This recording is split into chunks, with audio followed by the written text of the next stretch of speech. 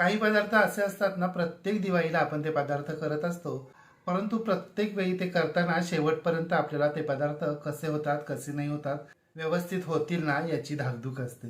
त्यातीलच एक पदार्थ म्हणजे चकली हे आपल्या सर्वांना ठाऊकच असेल. परंतु चकलीप्रमाणेच कौशल्यपणाला लावणारा एक पदार्थ म्हणजे अनारसा. नमस्कार, गृहविष्णू किचनमध्ये आपलं स्वागत. आपण पाहतोय दिवाळी स्पेशल दिवाळी फराळ रेसिपीज. कालच्या भागामध्ये आपण इन्स्टंट कडबोळी कशी करायची ते पाहिलं. आज आपण पाहतोय हसला की फसला असं ज्याचं वर्णन केलं जातं तो म्हणजे अनारसा. अनारसा तेलामध्ये तळताना तो विरघळू लागला की तो हसला असं म्हटलं जातं. हसला म्हणजेच फसला. आज आपण पाहिलेल्या पद्धतीप्रमाणे तुम्ही जर हे अनारसे केले तर तुमचे अनारसे नक्कीच हसणार नाही आणि फसणारही नाही. चला तर महाराष्ट्रीयन खाद्य संस्कृतीतील परंपरेचा ठेवा जतन करूया, अनारसे करूया. सुरुवात करूया आजच्या रेसिपीला खुसखुशीत जाळीदार अनारसा.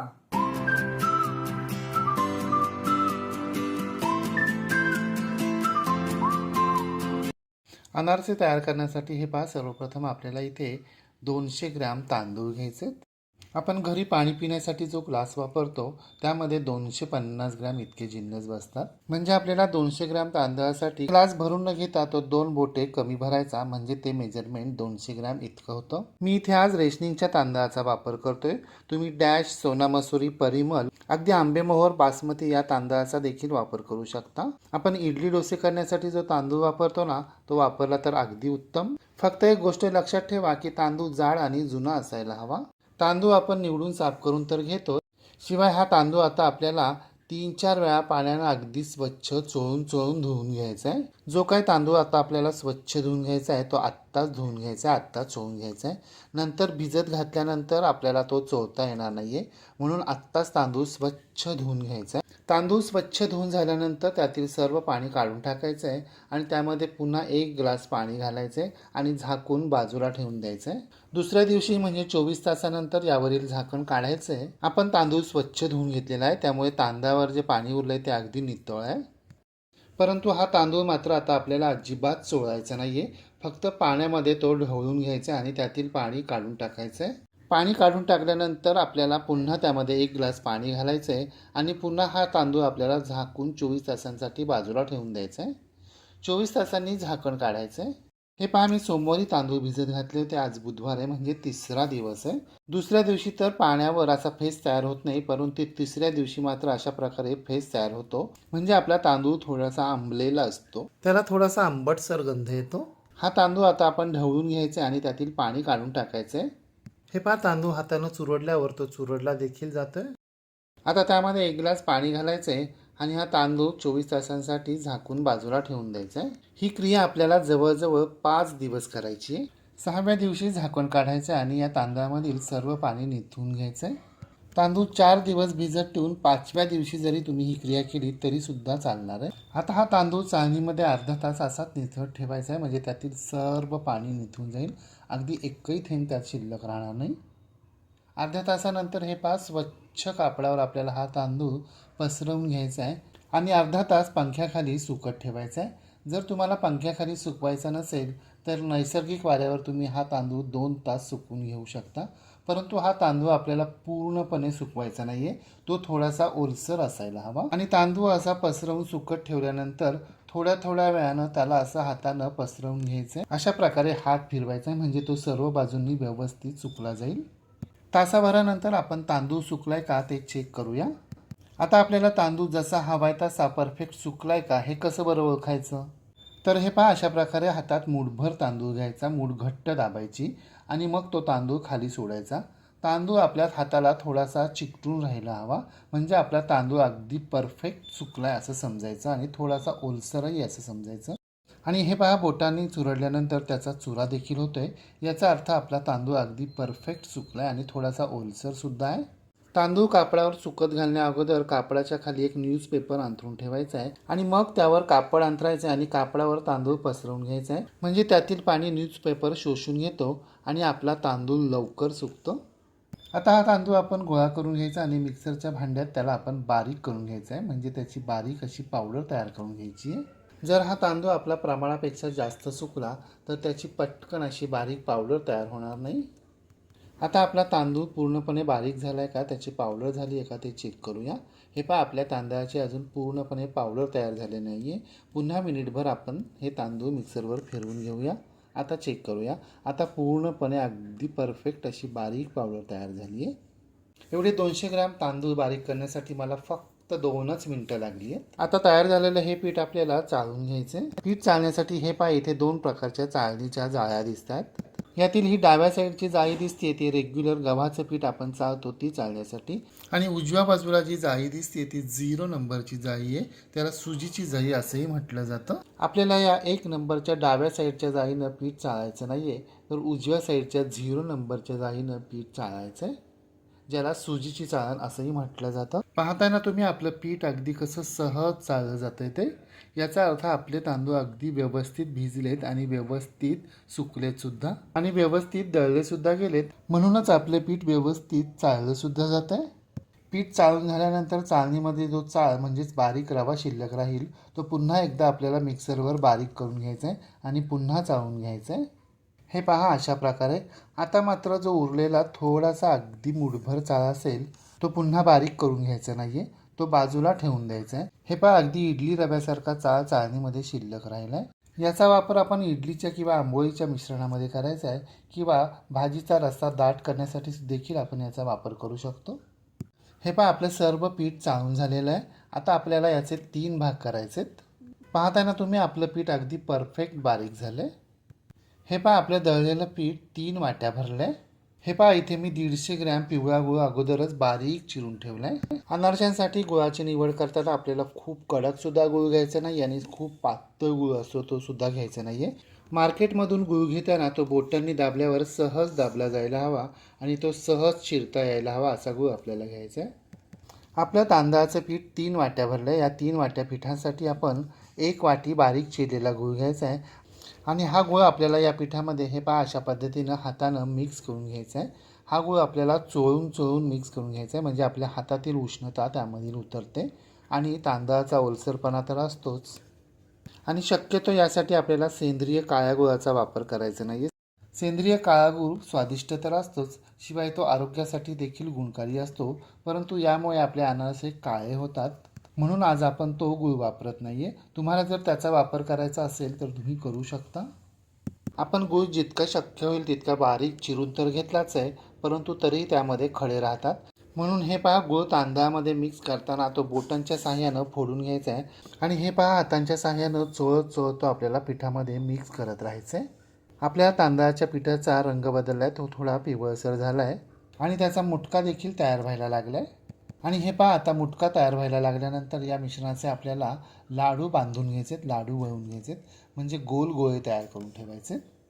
हे पहा लाडू वळल्यानंतर लाडूमध्ये आपल्याला छोटे छोटे गुळाचे खडे म्हणजेच कण दिसत आहेत, ते तसेच ठेवायचे. हे गुळाचे खडे नंतर वितळले जातात, पिठामध्ये मिक्स होतात. आपल्याला हा गूळ पिठामध्ये नैसर्गिकरित्या पातळ करून घ्यायचा आहे, मिक्स करून घ्यायचा आहे, एकजीव करून घ्यायचा आहे. म्हणून आपण यामध्ये आत्ता दूध किंवा तूप असं काहीच वापरत नाही हो. हे पहा आपले 3 गोळे 3 लाडू तयार झालेत. आता ते एका स्टीलच्या डब्यात ठेवायचेत आणि त्याला झाकण लावायचे.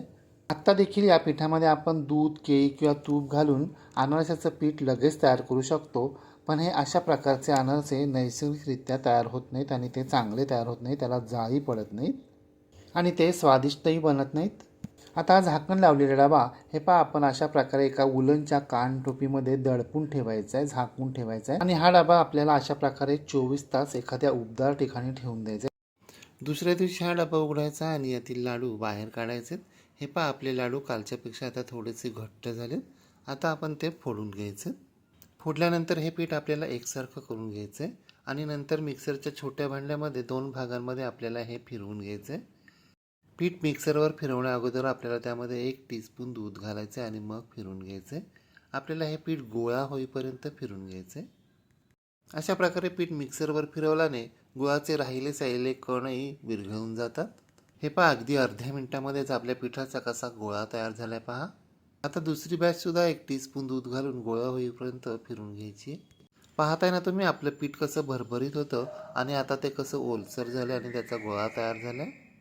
आता हे सर्व पीठ मिक्स करायचं आहे आणि हाताच्या साहाय्यानं त्याचा आपल्याला प्लेन असा गोळा तयार करून घ्यायचा आहे. जवळजवळ 10 मिनटं हाताच्या साहाय्यानं हे पीठ आपल्याला मळून घ्यायचं आहे, म्हणजे हाताची उष्णता त्याच्यात उतरते आणि ते प्लेन तयार होतं. आणि या मळून घेतलेल्या पिठाची आपल्याला लिंबा एवढी गोळी तयार करायची आहे. हे पहा आपली प्लेन गोळी तयार होते, म्हणजे आपलं पीठ अनारशासाठी अगदी परफेक्ट तयार झालेलं आहे. आता याचे आपण अनारसे तयार करायला घेऊया. एका वेळी आपल्याला 4च अनारसे तयार करून ठेवायचे. त्यासाठी हे पहा आपण 4 गोळे तयार करून घेतलेले आहेत. आता आपण प्रत्यक्ष अनारसा तयार करायला घेऊया. अनारसा तयार करताना हे पहा पॅडवर अगोदर थोडीशी खसखस पसरवून घ्यायची. आता अनारसाच्या पिठाची गोळी खसखसच्या वाटीमध्ये खालच्या बाजूनं डीप करायची. दोन्ही हातांच्या बोटांना साजूक तूप लावून घ्यायचं आहे आणि ही गोळी 2 बोटांनी दाबत दाबत गोलसर पसरवून घ्यायची आहे. बोटांना पीठ चिकटत असेल तर अधूनमधून बोटांना तूप लावून घ्यायचं आहे. खाली आपण जेवढी जास्त खसखस पसरवलेली असेल तसतसा आपला अनारसा पटपट गोल गोल सरकत जातो आणि मोठा होत जातो. काही जण खसखसमध्ये साखरसुद्धा मिक्स करतात, त्यामुळे अनारसा पटपट गोल गोल पसरत जातो आणि साखरेमुळे जाळीसुद्धा छान पडण्यास मदत होते.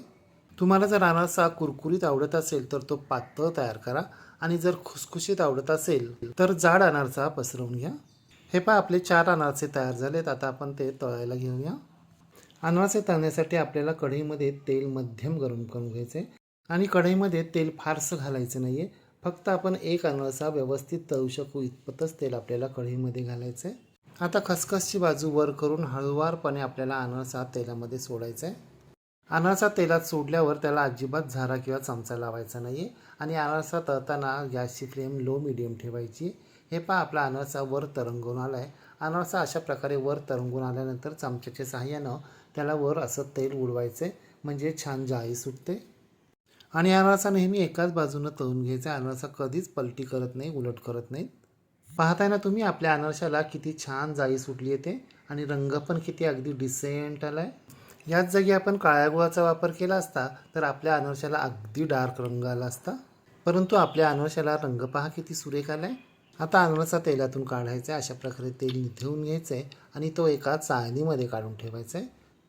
इथून पुढील सर्व अनारसे आता आपल्याला अशा पद्धतीनंच तळून घ्यायचे. अनारसा तेलामधून काढल्यानंतर तेल निथेपर्यंत पुढील अनारसा सोडेपर्यंत आपल्याला गॅसची फ्लेम अगदी बारीक ठेवायची आहे आणि मग पुढील अनारसा सोडताना गॅसची फ्लेम मीडियम करायची आहे. जेव्हा आपण अनारसा तेलामध्ये सोडतो तेव्हा तो अनारसा कढईच्या तळाशी जाऊन चिकटून बसू नये इतपत आपलं तेल गरम असायला हवं, जेणेकरून तो हळूहळू वरवर तरंगत येईल. आणि अनारसा तेलात सोडल्यानंतर तो पटकन तरंगून वर येईल इतपत पण आपल्याला तेल गरम नको, यामुळे आपला अनारसा काळा पडेल आणि आतून कच्चा राहील. हे पहा एक एक अनारसा तळून झाल्यानंतर तो आपल्याला चाळणीमध्ये ठेवायचा आहे. प्रथम आपल्याला अनारसा चाळणीमध्ये आडवाच ठेवायचा आहे. दुसरा अनारसा तळून काढेपर्यंत पहिला अनारसा थोडासा घट्ट होतो, कडक होतो. त्यानंतर तो अनारसा उभा करून ठेवायचा आहे, त्यामुळे त्यातील तेल निथळण्यास मदत होते.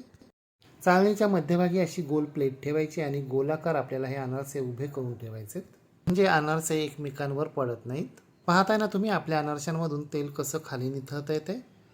इथून पुढील 4-5 तास आपल्याला अनारसे अशा प्रकारेच तेल निथळण्यासाठी ठेवून द्यायचे. जितका जास्त वेळ तुम्ही अनारसे निथळत ठेवाल तेवढं त्यातील तेल व्यवस्थित निथळलं जाईल. हे पहा 2 तास अनारसे मी तेल निथळण्यासाठी ठेवलं होतं, तेव्हा इतकं तेल निथळलं. आणखीन यातून इतकंच तेल निथळणार आहे. किंवा अनारशातील तेल निथळण्यासाठी म्हणजे तेल शोषून घेण्यासाठी काय करायचं, एका ताटामध्ये कांदे पोह्यांचे पोहे किंवा पातळ पोहे पसरवून घ्यायचे आणि त्यावर हे तळलेले अनारसे ठेवायचे, म्हणजे पोहे तेल पटकन शोषून घेतात. नंतर या पोह्याचे आपण कांदे पोहे किंवा चिवडा करू शकतो. हे पहा आपल्या सर्व अनारशातील तेल निथळून झाले. आता आपण ते सर्विंग प्लेटमध्ये काढून घेऊया. पाहताय ना तुम्ही आपल्या अनारशाला किती छान जाळी सुटली आहे. रंग तर पहा किती सुरेख आला आहे आणि किती गोल गरगरीत झालेत पहा. आता मी तुम्हाला एक अनारसा तोडून दाखवतो. पहा कसा खुसखुशीत झाला आहे, आतून पहा कशी जाळी सुटली आहे. मी तुम्हाला थोडासा अनारसा खाऊन दाखवतो, किती कुरकुरीत झालेत. आवाज तर आहे का, झालेत ना कुरकुरीत आणि खुसखुशीत सुद्धा. तुम्ही सुद्धा या दिवाळीला अशा पद्धतीने अनारसे करून पहा व कसे झाले ते कमेंट बॉक्समध्ये मला नक्की सांगा. रेसिपी आवडल्यास लाईक, शेअर, कमेंट करायला विसरू नका. आणि हो, तुम्ही जर अजूनही गृहविष्णू किचन चॅनलला सबस्क्राईब केलं नसेल तर प्लीज नक्की सबस्क्राईब करा. शेजारील बेल आयकॉनवर प्रेस करा, ऑल सिलेक्ट करा, म्हणजे माझ्या नवनवीन रेसिपींचे नोटिफिकेशन तुमच्या मोबाईलवर येतील. पुन्हा भेटूया अशाच एका दिवाळीच्या नवीन रेसिपीसह. तोपर्यंत नमस्कार व रेसिपी शेवटपर्यंत पाहिल्याबद्दल धन्यवाद आणि शुभ दीपावली.